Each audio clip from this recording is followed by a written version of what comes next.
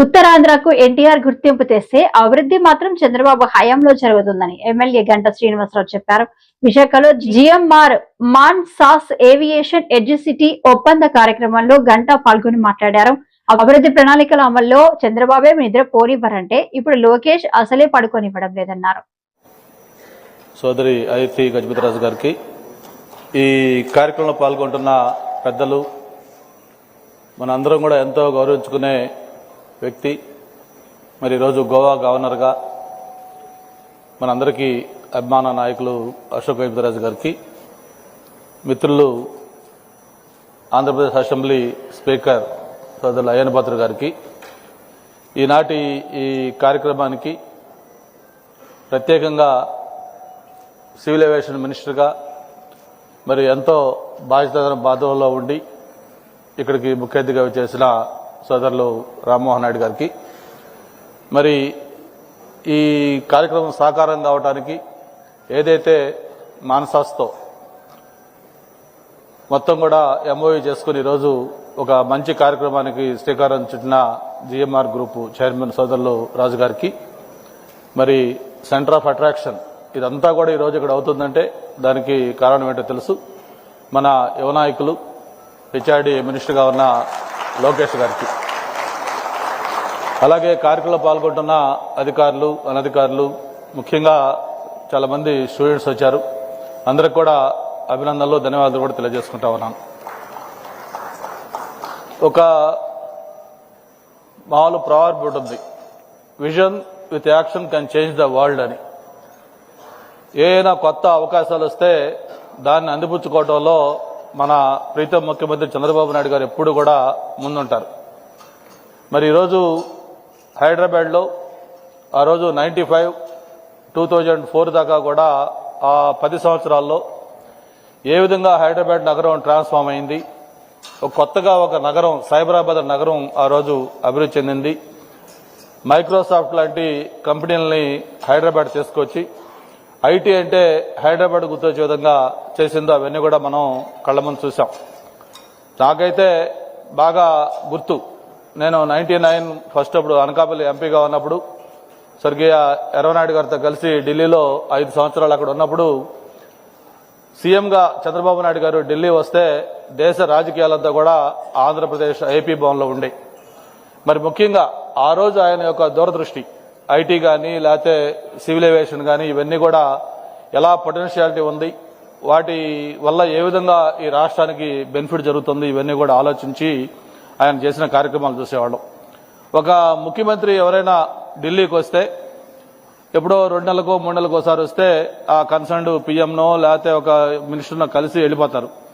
కానీ చంద్రబాబు నాయుడు గారు ఎప్పుడూ ముఖ్యమంత్రిగా ఢిల్లీ వచ్చినా కూడా అందరూ మినిస్టర్లకి టెన్షన్ అన్నమాట. అక్కడ కనీసం 15-20 మంది ఆ ఒక రోజులో కలవటం. మార్నింగ్ 8కి స్టార్ట్ అయితే నైట్ 11-11:30 కూడా. ఆ రోజు సివిల్ ఏవియేషన్ మినిస్టర్గా మన రూడీ గారని ఒక ఆయన ఉన్నారు. ఆయన దగ్గరికి వెళ్ళాలి, GMR airport Hyderabad Shamshabad airport గురించి అని చెప్పినప్పుడు అప్పుడు ఎర్రనాయుడు గారు తర్వాత అందరూ కూడా అక్కడ ఉన్నప్పుడు అన్నారు, సార్ మీరు అవసరం లేదు, మేము వెళ్ళి మామూలుగా ఆయనకి చెప్తాం, రెప్యుటేషన్ ఇవ్వండి అంటే, లేదు నేను వస్తానని చెప్పని స్వయంగా సీఎంగా ఉండి ఆయనే ఆ రోజు సివిల్ ఏవియేషన్ మినిస్టర్ గారి దగ్గరికి ఆ బిల్డింగ్కి వచ్చి ఆ రోజు ఎయిర్పోర్ట్కి కావాల్సిన అనుమతులు కానీ కొన్ని ఏదైతే ఆ బెనిఫిట్స్ అయ్యేవాలో అవన్నీ కూడా కావాలని చెప్పని స్వయంగా ముఖ్యమంత్రి గారు వచ్చి తీసుకుంటే ఈరోజు మన కళ్ల ముందు శంషాబాద్ ఎయిర్పోర్ట్ కనిపిస్తా ఉంది. మరి ఆ కేటగిరీలో ఈరోజు వరల్డ్లోనే బెస్ట్ ఎయిర్పోర్ట్గా ఆ రోజు శంషాబాద్ ఎయిర్పోర్ట్ తయారైందంటే అది ఆ రోజు ఆయన ఆలోచన. మరి అలాగే ఈరోజు ఈ సివిల్ ఏవియేషన్లో ఉన్న ఆపర్చునిటీ చూస్తూ ఉన్నాం. ఏరోస్పేస్, ఏవియేషను, అలాగే డిఫెన్స్ ఇట్లన్నిటికి సంబంధించి ఒక ఏఐడి, ఒక యూనివర్సిటీ పెట్టాలని ఒక ఆలోచన వచ్చిందంటే మరి ఆయన యొక్క విజన్ ఏంటో మనం అర్థం చేసుకోవచ్చు. భారతదేశంలోనే ఇది ఫస్ట్ ఆఫ్ ఇట్స్ కైండ్. ఇంతవరకు ఎక్కడ కూడా ఇటువంటి యూనివర్సిటీ గురించి ఆలోచన లేదు. అటువంటి దీన్ని ఇక్కడ సాకారం చేసి మన భోగాపురం ఎయిర్పోర్ట్కి అనుసంధానం చేసుకుంటూ ఇక్కడ మన భీమిలి నియోజకవర్గంలో ఈ యూనివర్సిటీకి సంబంధించి ఎంఓయూ చేసుకోవటం నిజంగా ఇది ఒక గేమ్ చేంజర్గా కాబోతా ఉంది ఇక్కడ. మరి మొన్ననే మనం 12వ తారీఖున చూసాం, కాగ్నిజెంట్ ఆ రోజు దాంతోపాటు 9 ఐటీ కంపెనీలు. అంతకుముందు సమ్మిట్ అప్పుడు ఒక 7-8 ఐటీ కంపెనీలు. ఇప్పటికే గూగుల్, అలాగే meta, Reliance, Sify, TCS, Cognizant, Accenture, ఈ నేమ్ ఎనీ కంపెనీ ఇవన్నీ కూడా ఈరోజు ఆంధ్రప్రదేశ్ వైపు వస్తా ఉన్నాయి.